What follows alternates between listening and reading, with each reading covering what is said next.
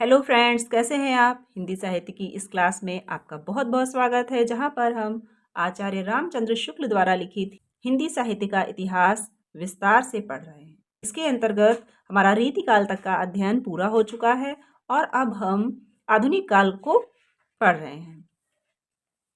आधुनिक काल के प्रकरण 4 में हम गद्य के प्रसार को पढ़ रहे हैं, जिसमें हमने महावीर प्रसाद द्विवेदी, बाल मुकुंद गुप्त और माधव प्रसाद मिश्र आदि गद्य लेखकों और उनकी शैली को देख लिया है। इससे आगे के लेखकों को आज के वीडियो में देखने वाले हैं, तो बने रहिए हमारे साथ और देखते रहिए हिंदी गद्य साहित्य के विकास को। तो आज के वीडियो में हम सबसे पहले देखने वाले हैं पंडित चंद्रधर गुलेरी को। इनका जन्म जयपुर में एक विख्यात पंडित घराने में 25 आषाढ़ संवत 1940 में हुआ था। इनके पूर्वज कांगड़े के गुलेर नामक स्थान से जयपुर आए थे।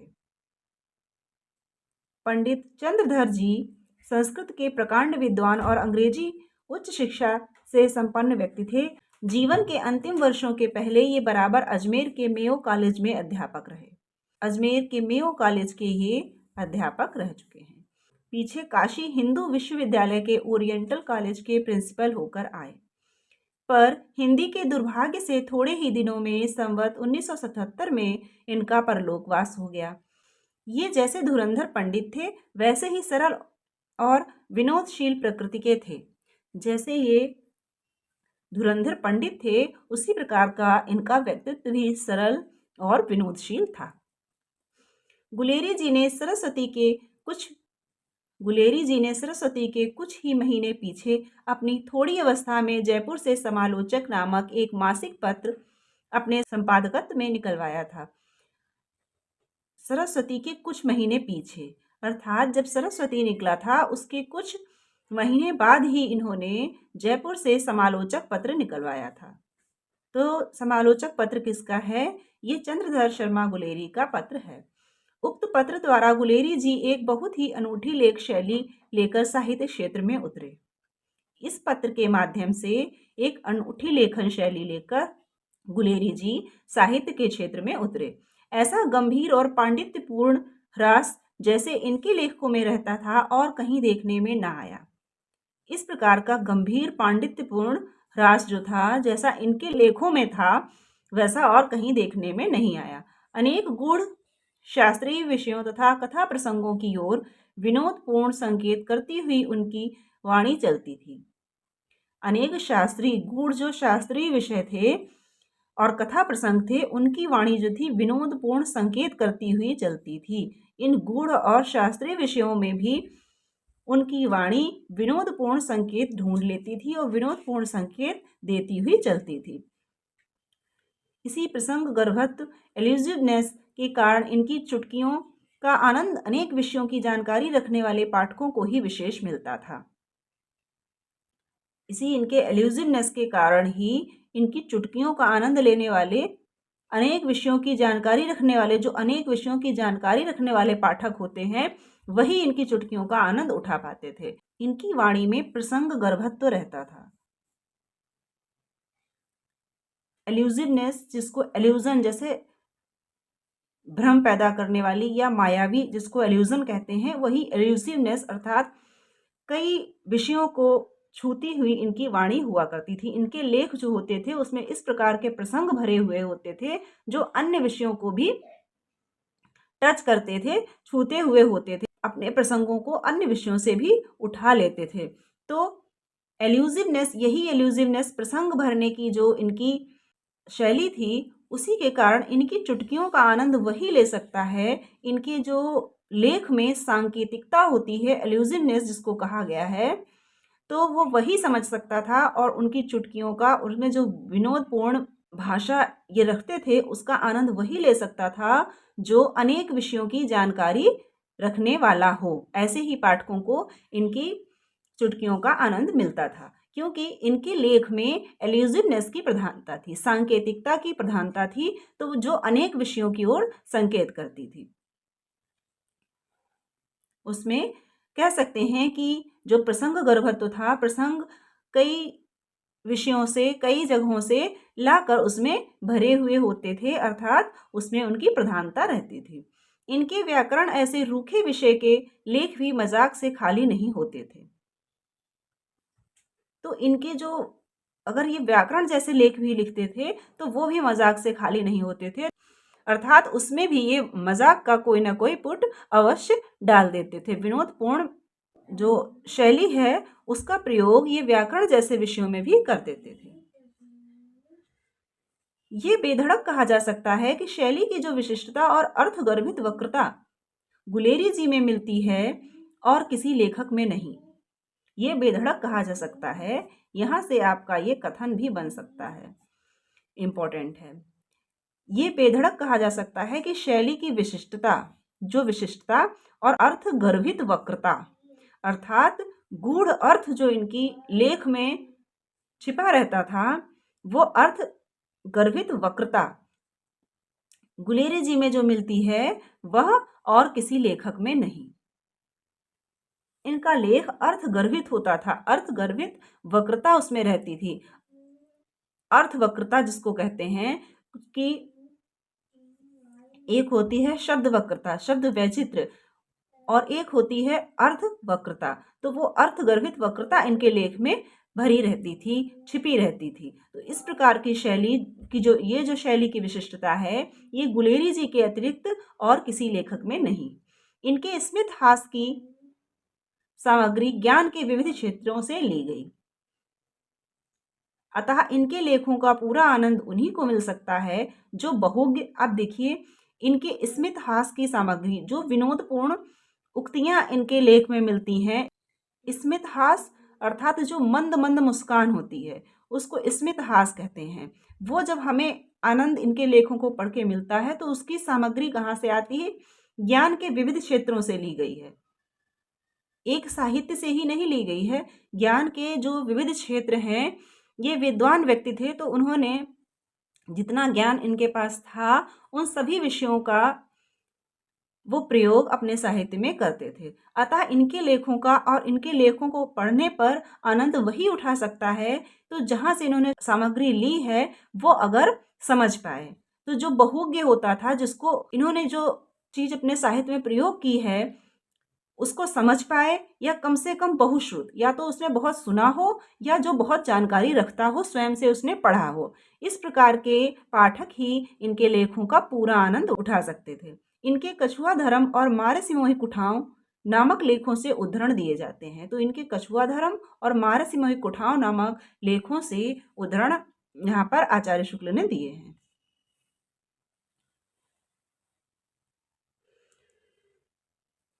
मनुस्मृति में कहा गया है कि जहाँ गुरु की निंदा, अब ये देखिए यहाँ से इन्होंने मनुस्मृति का उदाहरण लिया है।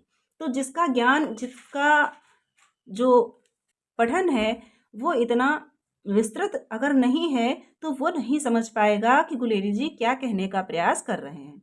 मनुस्मृति में कहा गया है कि जहाँ गुरु की निंदा या असत कथा हो रही हो वहां पर भले आदमी को चाहिए कि कान बंद कर ले या और कहीं उठकर चला जाए। मनु महाराज ने न सुनने जोग गुरु की कलंक कथा सुनने के पाप से बचने के दो ही उपाय बताए हैं, या तो कान ढककर बैठ जाओ या दुम दबाकर चल दो। तीसरा उपाय जो और देशों के 100 में 90 आदमियों को ऐसे अवसर पर सूझेगा वह मनु ने नहीं बताया कि जूता लेकर या मुक्का तानकर सामने खड़े हो जाओ और निंदा करने वाले का जबड़ा तोड़ दो या मुंह पिचका दो कि ऐसी हरकत ना करे।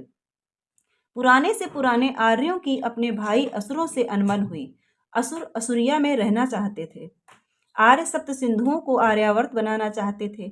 ये आगे चल दिए, पीछे वे दबाते आए। विष्णु ने अग्नि, यज्ञ पात्र और अरण्य रखने के लिए 3 गाड़ियां बताईं।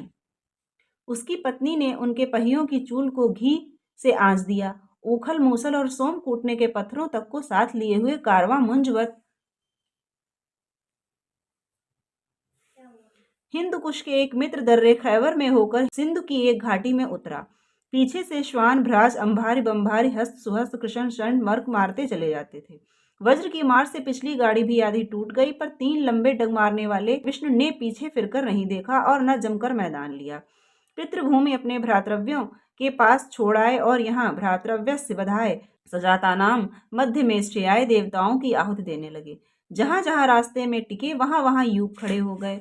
यहाँ की सुजला सुफला शस्य श्यामला भूमि में ये बुलबुलें चहकने लगी। तो इतने ही गद्य खंड में इन्होंने मनुस्मृति और आर्यों का और न जाने कि कौन कौन से प्रसंगों का वर्णन कर दिया। तो आप खुद अनुमान लगा सकते हैं कि इनकी भाषा शैली किस प्रकार की रहती थी और ये कितनी सांकेतिकता और कितनी एल्यूसिवनेस जो कही गई थी पहले वो इनकी भाषा में है, कितना प्रसंग गर्भत्व इनकी भाषा में है। यहाँ पर इनकी भाषा के अन्य उदाहरण भी दिए गए हैं। ये तो कछुआ धर्म और मारसिमोही कथाओं से दिया गया है। तो ये उदाहरण इनका कछुआ धर्म का है, बहुत ही लंबा है। तो इसको आप चाहें तो स्क्रीनशॉट ले लें और पढ़ लें।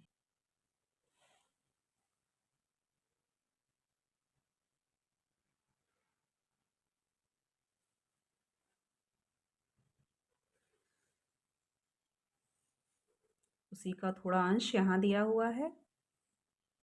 अब आगे ये मारसिमोही कुठाओं की पंक्तियां दी हुई हैं। इसको भी आप स्क्रीनशॉट लेकर पढ़ सकते हैं। उसी का थोड़ा अंश यहाँ पर भी है। तो इस प्रकार ये इनकी भाषा शैली के उदाहरण आचार्य शुक्ल ने दिए थे। अब आइए देखते हैं आगे। इसी द्वितीय उत्थान के भीतर हम दो ऐसे निबंध लेखकों का नाम लेते हैं जिन्होंने लिखा तो कम है पर जिनके लेखों में भाषा की एक नई गतिविधि तथा आधुनिक जगत की विचारधारा में उद्दीप्त नूतन भावभंगी के दर्शन होते हैं। इस द्वितीय उत्थान के भीतर ऐसे निबंध लेखकों का हम नाम लेते हैं जिन्होंने लिखा तो कम है पर जिनके लेखों में भाषा की एक नई गतिविधि तथा आधुनिक जगत की विचारधारा में उद्दीप्त नूतन भावभंगिमा जो है आधुनिक जगत की नूतन भावभंगिमा के दर्शन होते हैं, नूतन विचारधारा जिनमें समाहित की गई है। अब आइए देखते हैं कौन कौन से हैं। अध्यापक पूर्ण सिंह। सरस्वती के पुराने पाठकों में से बहुतों को अध्यापक पूर्ण सिंह के लेखों का स्मरण होगा। उनके 3-4 निबंध ही उक्त पत्रिका में निकले। उनमें विचारों और भावों को एक अनूठे ढंग से मिश्रित करने वाली एक नई शैली मिलती है। उनकी लाक्षणिकता हिंदी गद्य साहित्य में एक नई चीज है। उनमें विशेष क्या है? उनमें विचारों और भावों को एक अनूठे ढंग से मिश्रित करने वाली एक नई शैली मिलती है। अध्यापक पूर्ण सिंह में विचारों और भावों को अनूठे ढंग से मिश्रित करने की शैली मिलती है। उनकी लाक्षणिकता हिंदी गद्य साहित्य में एक नई चीज थी। भाषा की बहुत कुछ उड़ान, उसकी बहुत कुछ शक्ति लाक्षणिकता में देखी जाती है। इनकी लाक्षणिकता हिंदी गद्य साहित्य में एक नई चीज थी। भाषा और भाव की एक नई विभूति उन्होंने सामने रखी। यूरोप के जीवन क्षेत्र की अशांति से उत्पन्न आध्यात्मिकता की, किसानों और मजदूरों की महत्व भावना की जो लहरें उठी, उनमें वे बहुत दूर तक बहे। यूरोप के जीवन क्षेत्र की जो अशांति थी उससे उत्पन्न आध्यात्मिकता की, क्योंकि जब जीवन में अत्यधिक अशांति आ जाती है तो जीवन आध्यात्मिकता की ओर स्वाभाविक रूप से बढ़ जाता है। तो वही है, जब यूरोप का जो जीवन क्षेत्र था वहां अत्यधिक अशांति जब हुई तो उससे उत्पन्न जो आध्यात्मिकता थी उसकी, किसानों और मजदूरों की महत्व भावना की जो लहरें उठी, उनमें वे बहुत दूर तक बहे। उनके निबंध भावात्मक कोटि में ही आएंगे, ये इंपॉर्टेंट है। अध्यापक पूर्ण सिंह के निबंध किस कोटि में आएंगे? तो अध्यापक पूर्ण सिंह के निबंध भावात्मक कोटि में आने वाले निबंध हैं। यद्यपि उनकी तह में क्षीण विचारधारा स्पष्ट लक्षित होती है, उनकी तह में, उनके अंतर में क्षीण विचारधारा स्पष्ट लक्षित होती है, परंतु ये विचारधारा है तो, लेकिन उनके निबंध गिने भावात्मक कोटि में ही जाएंगे। इस समय उनके 3 निबंध हमारे सामने हैं। आचरण की सभ्यता, मजदूरी और प्रेम और सच्ची वीरता। यहाँ हम उनके निबंधों से कुछ अंश उद्धृत करते हैं। यहाँ पर अध्यापक पूर्ण सिंह के निबंध आचरण की सभ्यता से ये उदाहरण यहाँ पर दिया गया है। यहाँ पर इनके 3 निबंधों को उद्धृत किया गया है, दिया गया है। यहाँ पर आचार्य शुक्ल ने इनके 3 निबंध दिए हैं जो उस समय तक उनके सामने थे। इसके अतिरिक्त पूर्ण सिंह जी ने कुल 6 निबंधों की रचना की है, जिसमें आचरण की सभ्यता, मजदूरी और प्रेम, सच्ची वीरता, पवित्रता, कन्यादान और अमेरिका का मस्त जोगी वॉल्ट विटमैन, ये 6 निबंध हैं जिनकी रचना अध्यापक पूर्ण सिंह ने की है। अब आइए देखते हैं आचरण की सभ्यता से इनकी गद्य शैली का उदाहरण। पश्चिमी ज्ञान से मनुष्य मात्र को लाभ हुआ है। ज्ञान का वह सेहरा बाहरी सभ्यता की अंतर्वर्तिनी आध्यात्मिक सभ्यता का वह मुकुट जो आज मनुष्य जात ने पहन रखा है, यूरोप को कदापि प्राप्त न होता। यदि धन और तेज को एकत्र करने के लिए यूरोप निवासी इतने कमीने न बनते, यदि सारे पूर्वी जगत ने इस महत्ता के लिए अपनी शक्ति से अधिक चंदा देकर सहायता की, तो बिगाड़ क्या गया। एक तरफ जहां यूरोप के जीवन का एक अंश अभ्यस्त प्रतीत होता है, कमीना और कायरता से भरा मालूम होता है, वहीं दूसरी ओर यूरोप के जीवन का वह भाग जहां विद्या और ज्ञान का सूर्य चमक रहा है, इतना महान है कि थोड़े ही समय में पहले अंश को मनुष्य अवश्य ही भूल जाएंगे। आचरण की सभ्यता का यह देश ही निराला है। उसमें न शारीरिक झगड़े हैं, न मानसिक, न आध्यात्मिक। जब पैगंबर मोहम्मद ने ब्राह्मणों को चीरा और उसके मौन आचरण को नंगा किया, तब सारे मुसलमानों को आश्चर्य हुआ कि काफिर में मोमिन किस प्रकार गुप्त था। जब शिव ने अपने हाथ से ईसा के शब्दों को परे फेंक कर उसकी आत्मा के नंगे दर्शन कराए, तो हिंदू चकित हो गए कि वह नग्न करने अथवा नग्न होने वाला उनका कौन सा शिव था। मजदूरी और प्रेम से ये उद्धृत किया है उदाहरण। जब तक जीवन के अरण्य में पादरी, मौलवी, पंडित और साधु सन्यासी हल, कुदाल और खुरपा लेकर मजदूरी न करेंगे, तब तक उनका मन और उनकी बुद्धि अनंत काल बीत जाने तक मलिन मानसिक जुआ खेलती रहेगी। उनका चिंतन बासी, उनकी पुस्तकें बासी, उनका विश्वास बासी और उनका खुदा भी बासी हो गया है। तो ये उदाहरण अध्यापक पूर्ण सिंह की भाषा शैली के थे।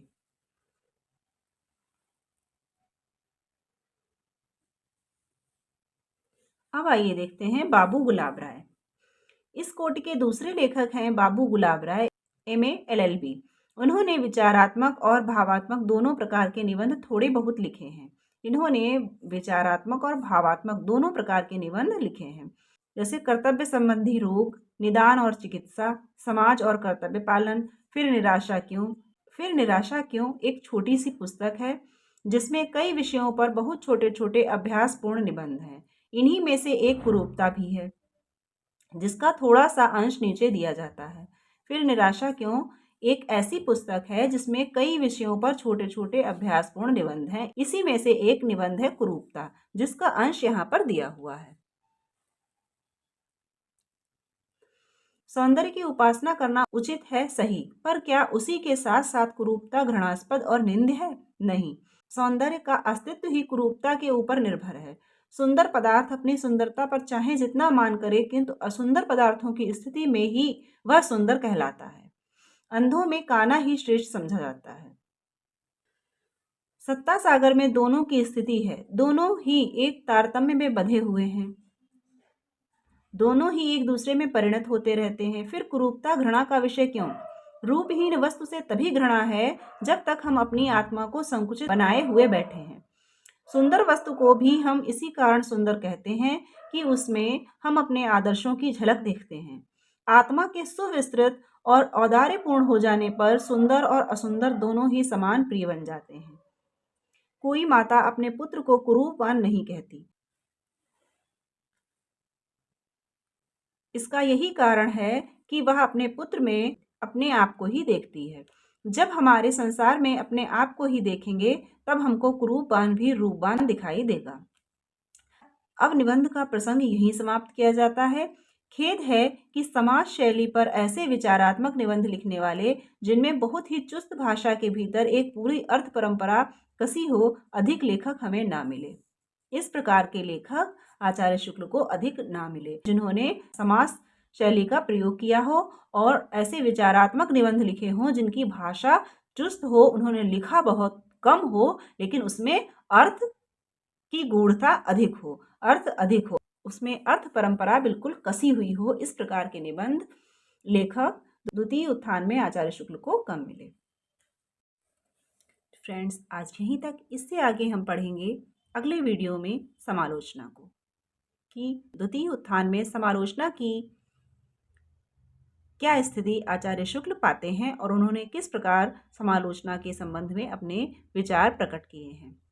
अगर आपको वीडियोस अच्छे लग रहे हैं और ये आपकी स्टडी में, आपके अध्ययन में कुछ भी हेल्प कर रहे हैं, तो वीडियो को लाइक कर दिया कीजिए और अपने हिंदी साहित्य से किसी भी एग्ज़ाम की तैयारी करने वाले फ्रेंड्स को भी शेयर कर दिया करिए, ताकि वे भी इसका लाभ उठा सकें। और चैनल पर यदि पहली बार आए हैं तो एक बार चैनल को विज़िट अवश्य करें। हो सकता है कि चैनल में दी जा रही जानकारी या प्रस्तुत किए जा रहे वीडियोस आपके काम के हों और इससे आपकी कुछ मदद हो सके। मिलते हैं अगले वीडियो में, तब तक के लिए स्वस्थ रहिए और मन लगाकर पढ़ते रहिए।